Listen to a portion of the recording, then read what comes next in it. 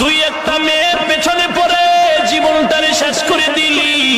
রাতের ঘুম নাই, মা 3টার সময় তাকায় দেখে লেপের ভিতরে বাতি জ্বলে।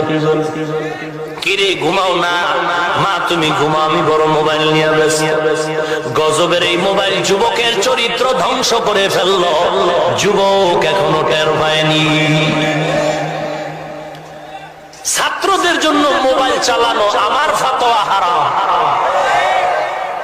গত মাসে মাদানীনগর চিটাগাং রোড, তুই একটা মেয়ের পেছনে পড়ে জীবনটারে শেষ করে দিলি। রাতের ঘুম নাই, মা 3টার সময় তাকায় দেখে লেপের ভিতরে বাতি জ্বলে। কিরে ঘুমাও না? মা তুমি ঘুমাও, আমি বড় মোবাইল নিয়ে ব্যস্ত। গজবের এই মোবাইল যুবকের চরিত্র ধ্বংস করে ফেলল। যুবক এখনো টের পায়নি।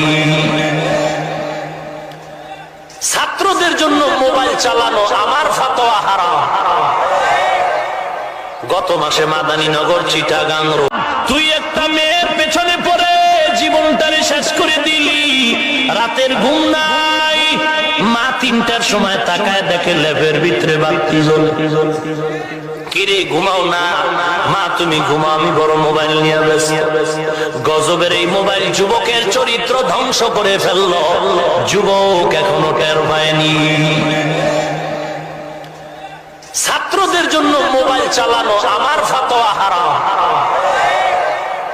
গত মাসে মাদানীনগর চিটাগাং রোড, তুই একটা মেয়ের পেছনে পড়ে জীবনটারে শেষ করে দিলি।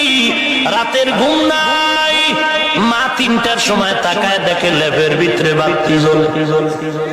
কিরে ঘুমাও না? মা তুমি ঘুমাও, আমি বড় মোবাইল নিয়ে ব্যস্ত। গজবের এই মোবাইল যুবকের চরিত্র ধ্বংস করে ফেলল। যুবক এখনো টের পায়নি।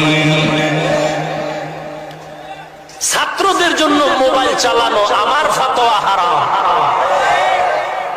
গত মাসে মাদানীনগর চিটাগাং রোড, তুই একটা মেয়ের পেছনে পড়ে জীবনটারে শেষ করে দিলি।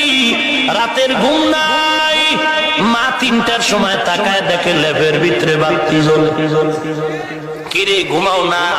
মা তুমি ঘুমাও, আমি বড় মোবাইল নিয়ে ব্যস্ত। গজবের এই মোবাইল যুবকের চরিত্র ধ্বংস করে ফেলল। যুবক এখনো টের পায়নি। ছাত্রদের জন্য মোবাইল চালানো আমার ফাতোয়া হারাম। গত মাসে মাদানীনগর চিটাগাং রোড,